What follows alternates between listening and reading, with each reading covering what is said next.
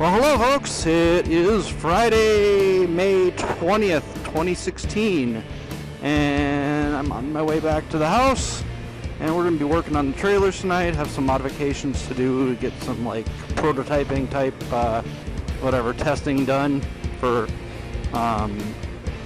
just some modifications to the latch and different weather stripping and things like that. And we figured that the trip down to Georgia would give us plenty of time to test it, a couple thousand miles on both trailers. So I'm going to be doing that, and we're going to drive around a little bit tomorrow and just make sure that it works as expected. We can always revert back to what we already had, and those have been on there for 6 years now, working good. But just little things you want to try to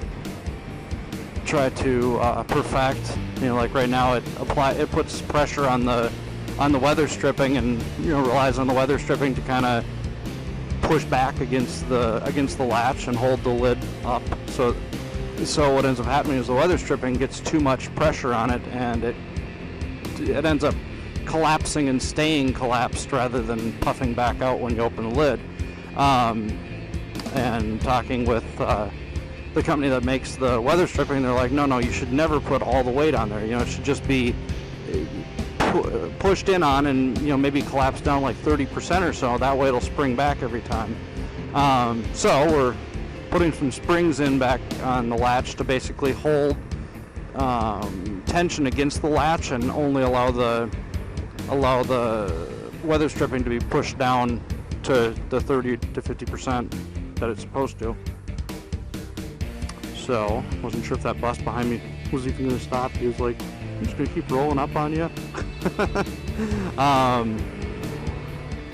So anyway, that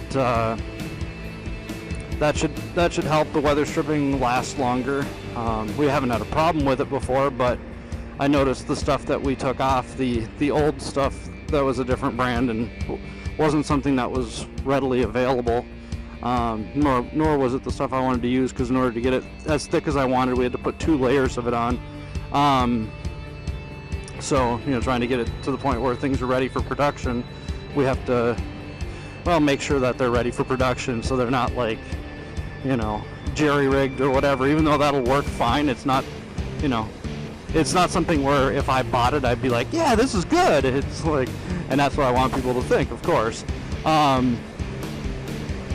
So anyway, just a couple things like that. And then we had our bikes. We brought them down to Shakopee last night to this place called Cities Edge Motorsports, I suppose.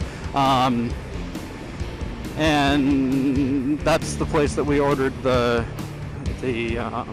power rectifiers, voltage regulators, whatever. They have like 7 different names for the same item. But anyway, under a safety recall, they're replacing those because they would, the heatsink would separate from the electronics and they'd burn out. And so we called them up. They were ordering the part and they were supposed to give us a call. A couple weeks went by. They didn't call us, so I finally called them and they're like, oh yeah, they're here. And it's like, okay, great. Can we make an appointment for when we're supposed to show up and whatever? And the guy's like, no, we don't do that. You just have to bring your bike by and drop it off. I'm like, no, we can't do that. We need to, have you guys do it while we wait. And finally he's like, well, I guess it's not that big a project, so yeah, just come on by, whatever. And we didn't make an appointment or anything because he made it like you couldn't do that. They didn't do that. So I'm just gonna drive by my house. I'm not done yet. So we got there and the guy's like, you should have made an appointment for this. And I'm like, you guys told us you don't do appointments. And anyway, so long short of it is that they took the bikes in, got it done, and yeah, so I guess we're good. It just was a little bit of annoyance. It's like, come on, it's an hour away from our house. We're not going to drop both bikes off and come back and back and forth and back and forth. I just wish these companies like Suzuki, Honda, whatever would when they have the safety recalls would allow you to just bring the part in and swap it. Be like, here's the old part, give us the new part, bye-bye now. What's the big deal? You know, I mean, for some people, I suppose it's a great deal because they don't know how to do the work. But for me, it's like it's more of a hassle. You know, like people talk about how doing oil changes. Well, it's not that much more expensive just to have them do it. Well, sure, but it takes a lot more time to bring my bike in, drop it off, have somebody there to drive me home, then have to have them drive me back there to pick up my bike. I mean, all that takes tons of time. It's way quicker to pull it into the garage, whip the fairings off, and do the oil change. So, anyway, yeah, so it all worked out. We got our new stuff in, so that's one less thing we have to worry about going wrong with our bikes, hopefully. And I say it that way, we've never had a problem with the bikes. As far as mechanical failures or anything else, I mean, he's, you know, between the Yamaha, the Suzuki, the Kawasaki's, Hondas, whatever, we've taken these things all over the country, and, you know, probably well over 100,000 miles each. I mean, for me and Lisa both, you know, we've probably got a couple 100,000 miles on us, and never had a problem with you know, mechanical stuff on a bike. I mean, the closest thing I've ever had go wrong was what was it?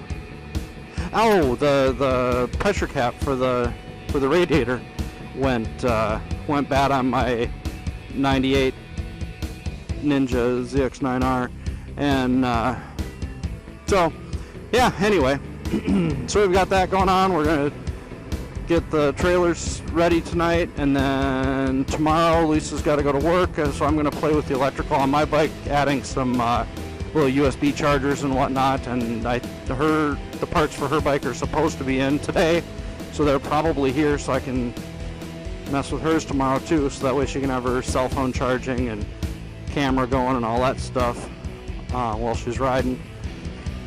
And anyway, I guess that's about it. Thanks for watching. You know, like, subscribe, and I'll catch you guys next time. Bye.